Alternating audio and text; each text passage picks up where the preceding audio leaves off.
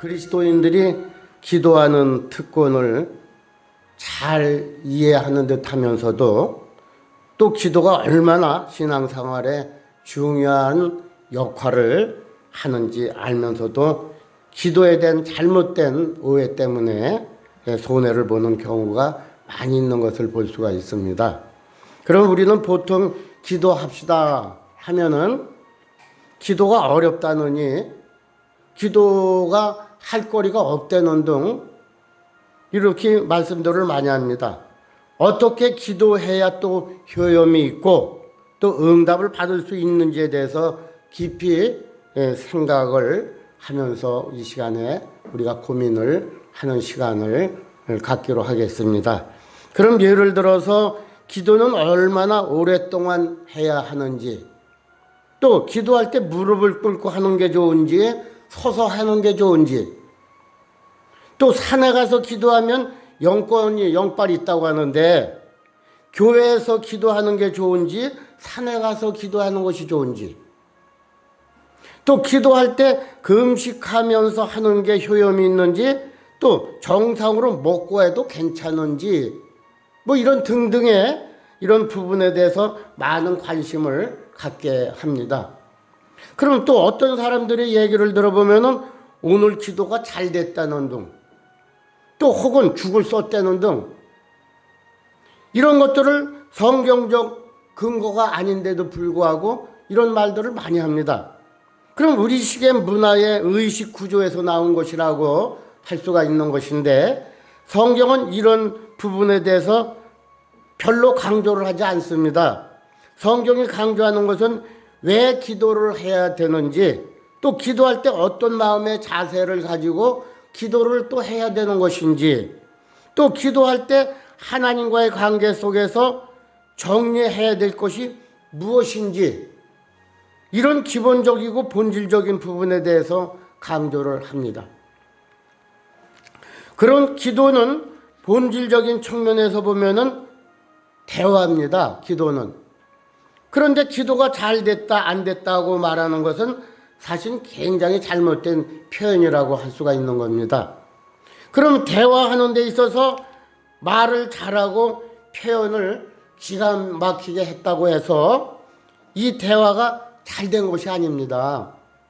그러면 대화는 말을 잘하느냐 못하느냐 그런 문제가 아니라 서로 간에 진실성이 있느냐라는 것입니다. 그러면 또 서로의 의사소통이 잘 되었느냐가 중요한 거예요. 하나님과의 관계에서. 그러면은 내가 하나님의 뜻을 잘 이해를 하고 또 내가 갖고 있는 생각을 진실되고 성실하게 말씀을 드렸느냐라는 것이 아주 중요한 겁니다.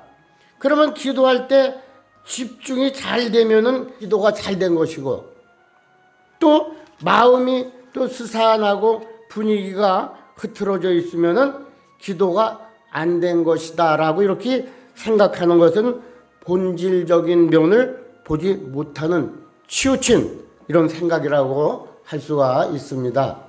그럼 우리가 하나님 앞에 강청하는 기도를 해야 된다라는 말을 많이 하는데, 오늘 우리가 읽는 본문 속에서 기도에 대한 중요한 지침 몇 가지가 있는데, 주님은 지금 누가복음 11장에서 기도에 대해서 말씀을 주시는데, 이 말씀의 중요한 포인트는 강청하면은 응답을 받을 수 있다라는 것입니다. 그런데 이 부분을 다분히 오해 소지가 많이 있어요. 잘 이해를 해야 됩니다.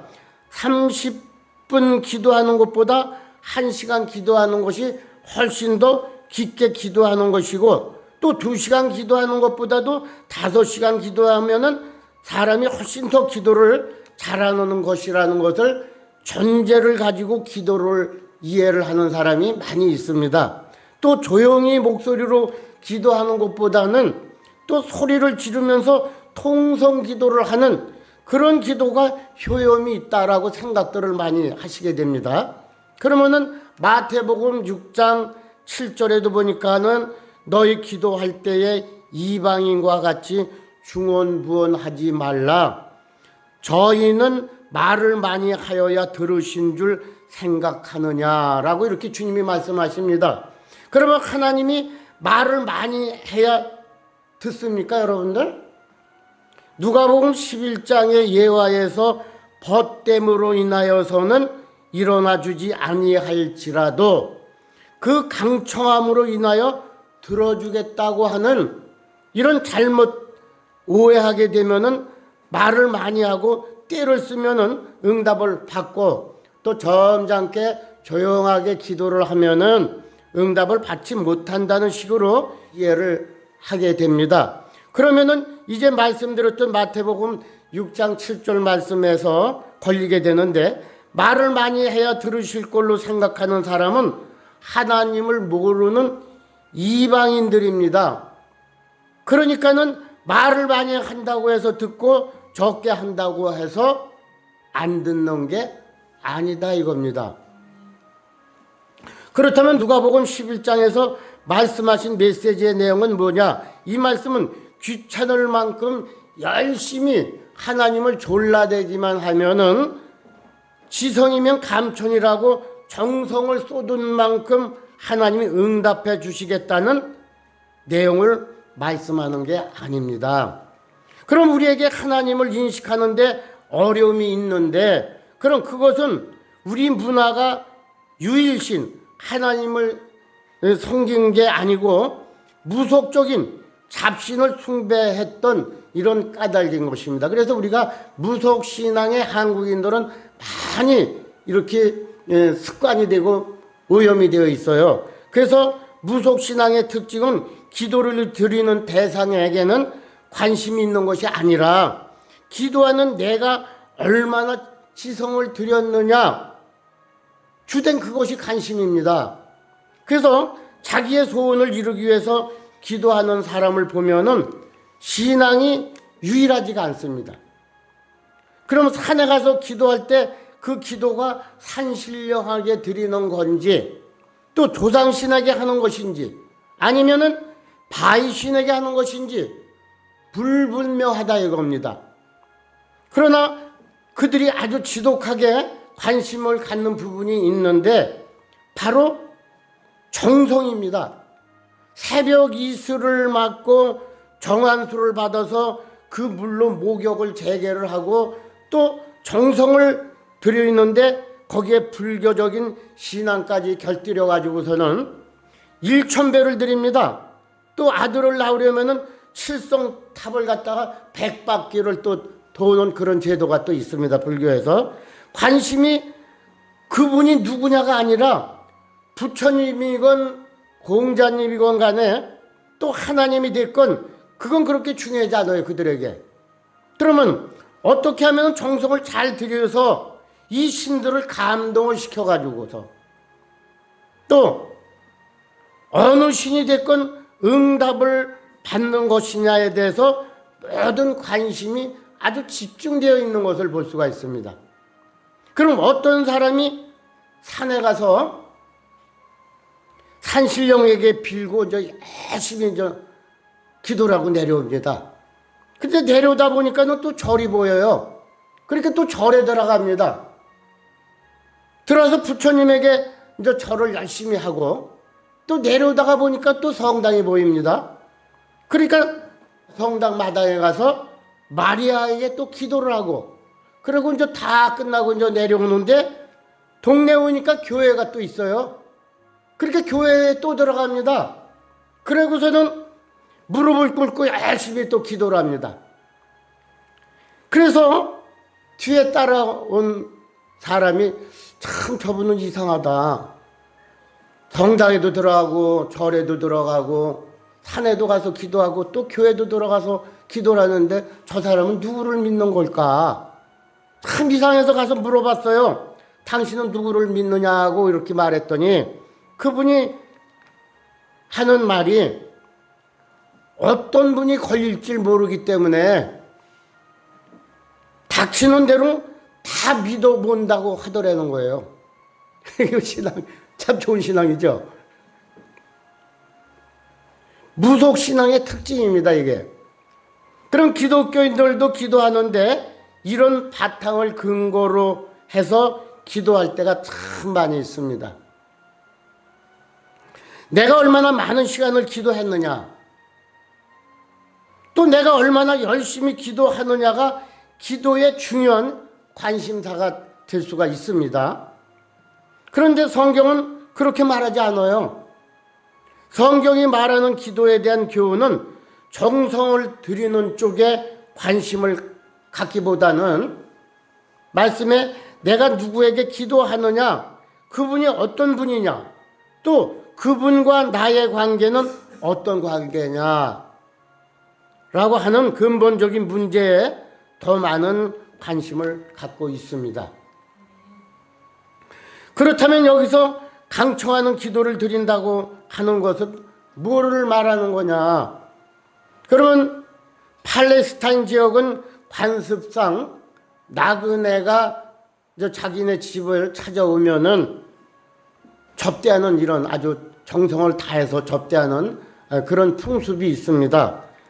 창세기 18장을 보면은 아브라함이 지나가는 손님 세 분을 잘 접대를 하는 모습이 나오는데, 당시에는 워낙 교통이 빈번하지 않았기 때문에 어느 가정에 손님이 찾아오는 것은 가정의 영예로운 일뿐만이 아니라 마을 전체의 명예로운 일이었다고 합니다. 그래서 마을에 원칙을 세웠습니다.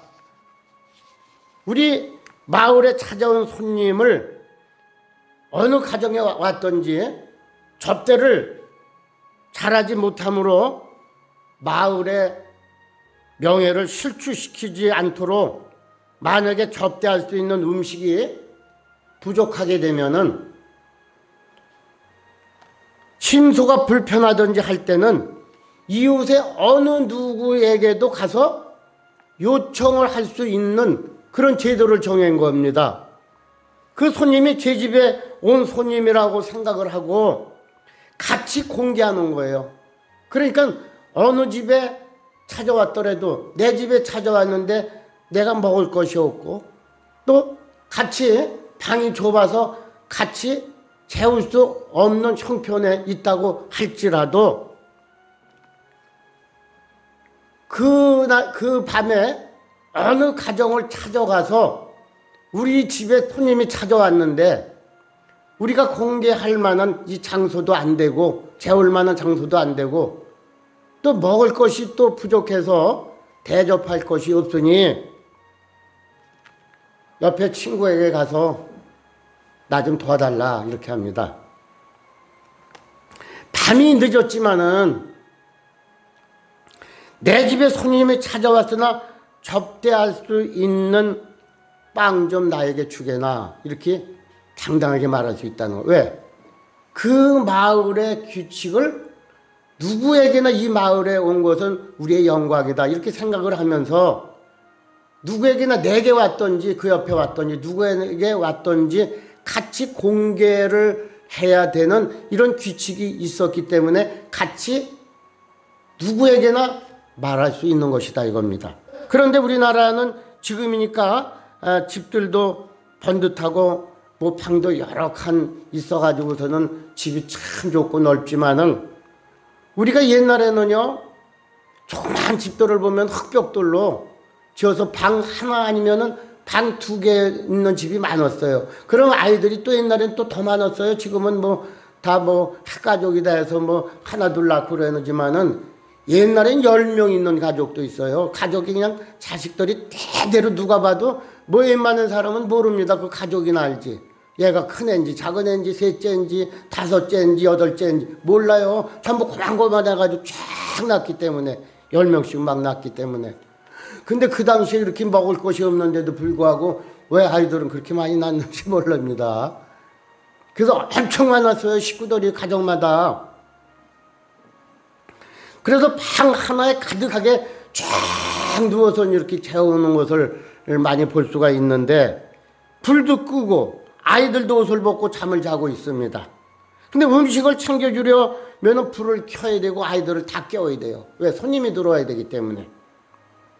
그러면은 온 집안 식구들이 다 일어나야 되는데 매우 불편합니다. 그런데 달라고 만약에 요청을 한다면, 그런 입장에서 요청을 한다면은 이때 음식을 내준 사람이 하는 말이 벗됨으로 인하여서 당신의 요구를 들어줄 수 없지만은 강청함으로 인해서 들어줄 수밖에 없다면서 음식을 준다는 거예요. 그 이스라엘 옛날 팔레스타인 제도가.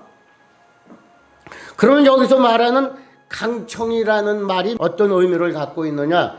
무조건 떼를 쓴다는 이야기가 아니라 마을의 명예를 지키기 위한 마을 사람끼리의 약속이 있기 때문에 송구스러워하는 마음으로가 아니라 뻔뻔하리만치 당당하게 요청할 수 있다는 거예요. 그 어떤 상대가 어떤 조건에 있다고 할지라도, 밤 늦은 시간이라고 한다고 할지라도 강력하게 꼭 줘야 된다. 그 때를 쓸 수가 있다는 거예요. 벗됨으로 인하여서는, 즉 친구로 인하여서는 그렇게 내가 너의 요구를 들어줄 수는 없지만은, 그것은 큰 결례가 될 수 있잖아요. 그렇지만은, 그러나 벗됨의 관계보다도 더 강력한 힘이 있는데, 그것은 마을 전체가 정한 원칙, 약속이 있기 때문에 그렇게 뻔뻔하리만큼 가서 어떤 조건을 따지지 않고, 체면을 따지지 않고 가서 요청을 할 수 있게 될 수 있다는 것입니다.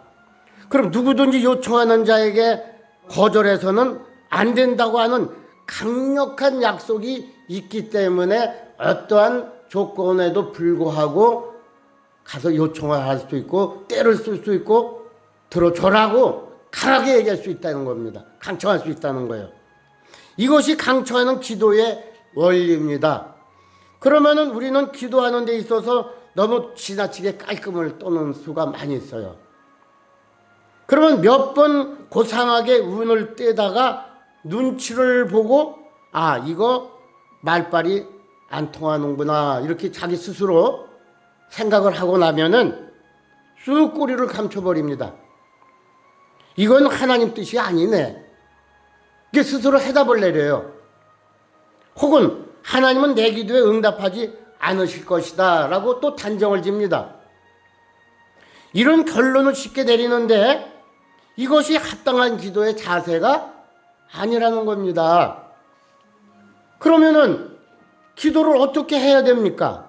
강청해야 된다고 하는데, 그럼 강청이라는 말은 쉽게 이해하려면은 애들이 엄마한테 어떻게 합니까? 뭘 달라고 해도 안 주면은 아이들은 엄마한테 졸라요. 그쵸? 졸러도 안 주면은 울어버립니다. 울어도 안 되면은 어떻게 합니까? 떼굴떼굴 굴러요. 달라고요. 예? 그럼 누구 사이이기 때문에 그래요? 엄마와 자식 사이이기 때문에 자식은 엄마한테 얼마든지 떼를 쓰고 안 주면은 굴르고 얼마든지 강청할 수 있다는 거예요.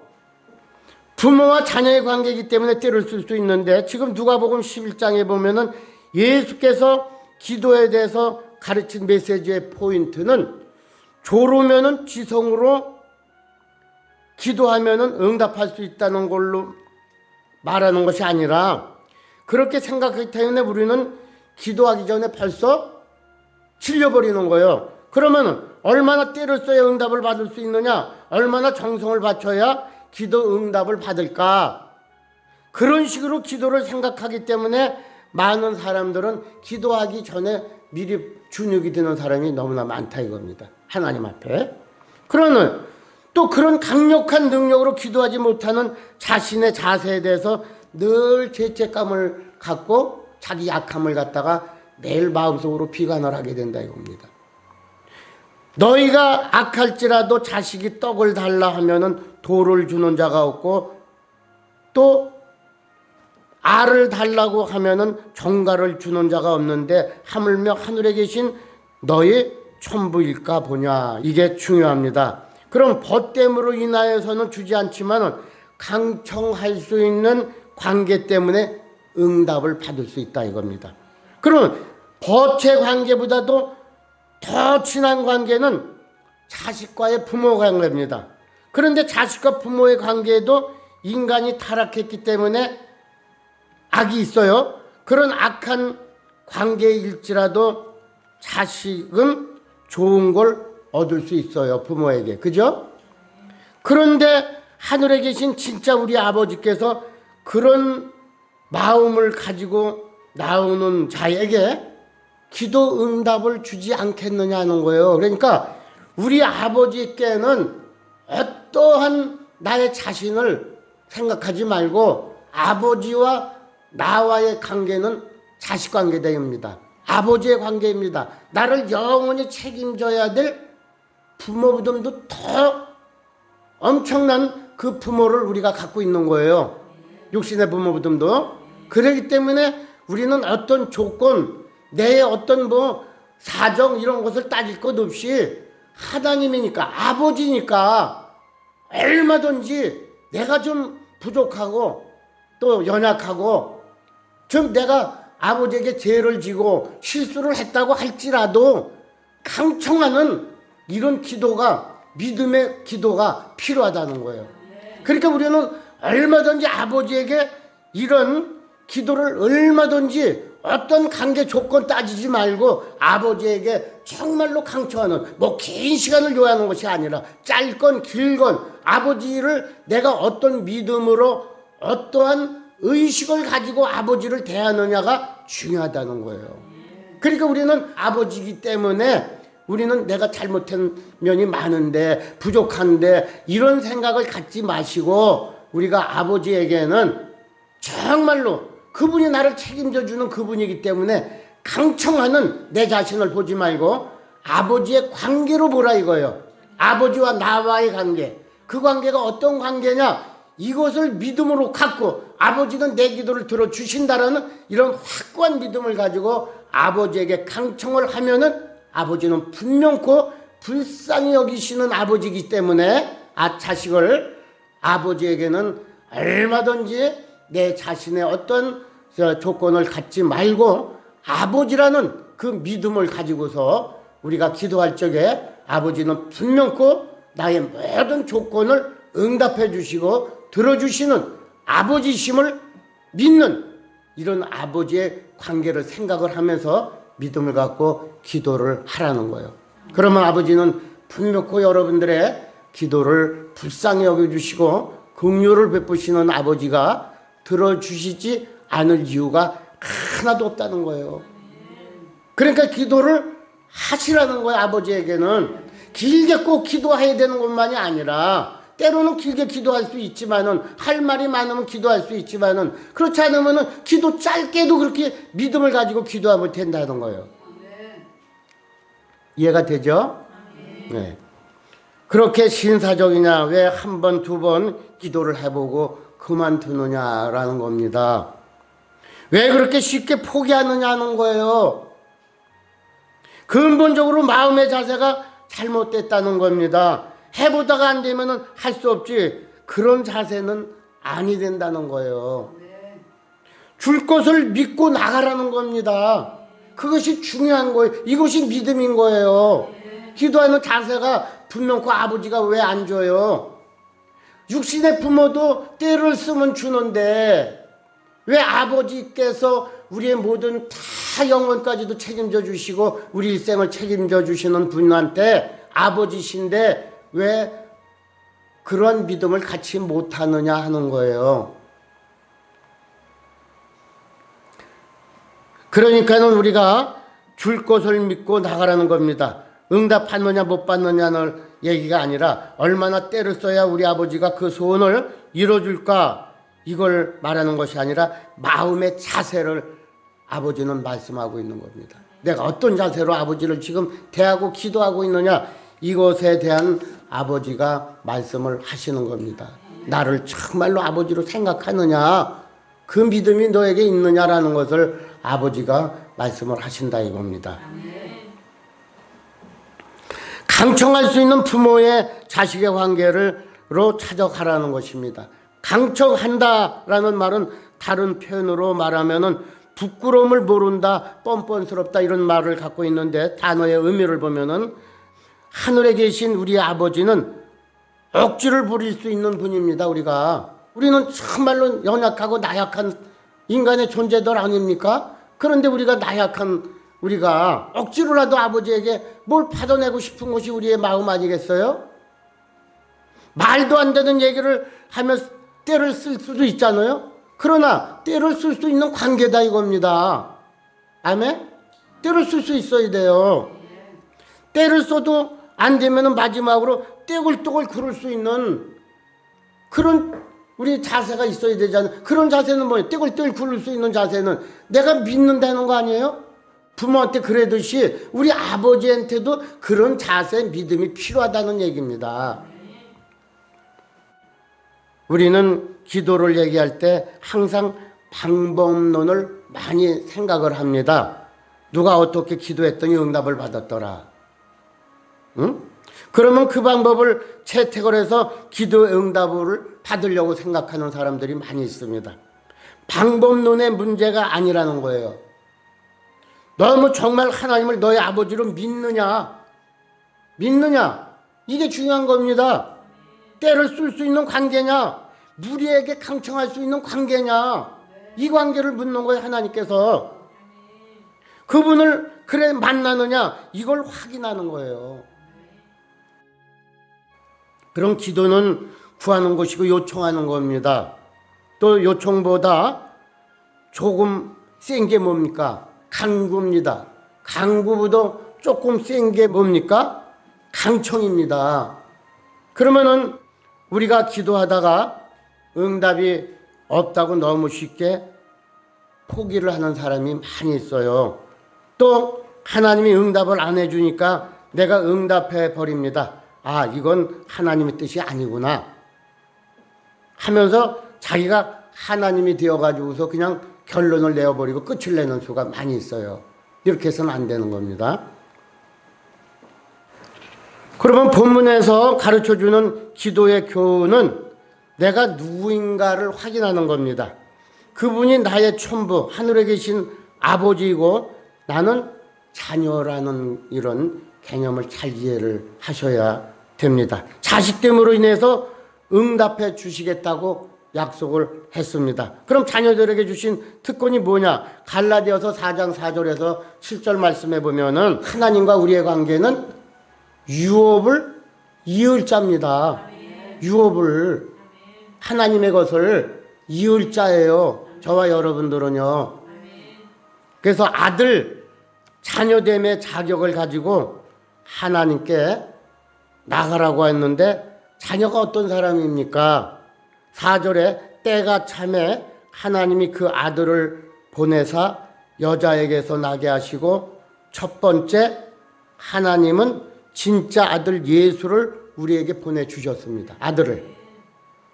두 번째 5절에 보면 율법 아래에 있는 자들을 속량하시고 우리로 아들의 명분을 얻게 하려 하심이니라. 아버지가 아들을 주신 것은 우리가 율법 아래에 있는 자들을 속량하시고 우리를 아들의 명분을 얻게 하시려고. 아들이라고 하는 새로운 명분. 원래는 우리가 타락한 자로 하나님과 원수되었던 사람들이었어요. 그런데 진짜 아들을 보내셔가지고 그 아들을 믿음으로 말미암아 나를 아들로 세워주신 거예요. 여러분들을. 그러니까 신분상 내가 아들이 되는 것입니다. 세 번째로는 이런 명분을 얻은 사람에게 6절에 너희가 아들인 고로 하나님이 그 아들의 영을 우리 마음 가운데 보내사. 아들의 명분을 얻은 다음에 아들의 영, 성령님을 우리 마음 가운데 보내셔서 내 인격, 내 삶에 성전이 되도록 하신다는 거예요. 네 번째로는 이렇게 아들의 영을 받은 사람들은 하나님을 아바, 아버지라고 부르게 하셨다 이겁니다. 그러니까 성령이 아니고서는 아버지라고 부를 수가 없어요. 우리가요. 나오지가 않아요. 성령 안 받고는 아버지. 저도 처음에 예수 믿을 때 아버지가 있는데 무슨 아버지라고 그래. 그렇게 생각을 했어요. 어렸을 때요. 아바, 아버지라고 부르셨다는 말은 친아들만이 사용할 수 있는 가장 친근한 개념입니다. 다섯 번째는 7절에 그러므로 내가 이후로는 종이 아니요 아들이니 아들이면은 하나님으로 말미암아 유업을 이을 자니라. 아버지라고 부르게 한 다음에 아버지가 갖고 계신 모든 것을 다 물려받을 수 있는 후사권, 유업을 이을 자로 우리를 지정해 주시고 아버지의 모든 것을 우리에게 물려주시겠다고 약속을 분명히 하고 있습니다. 그래서 아들은 5가지를 보장받았어요. 아들이 보통 존재가 아닙니다.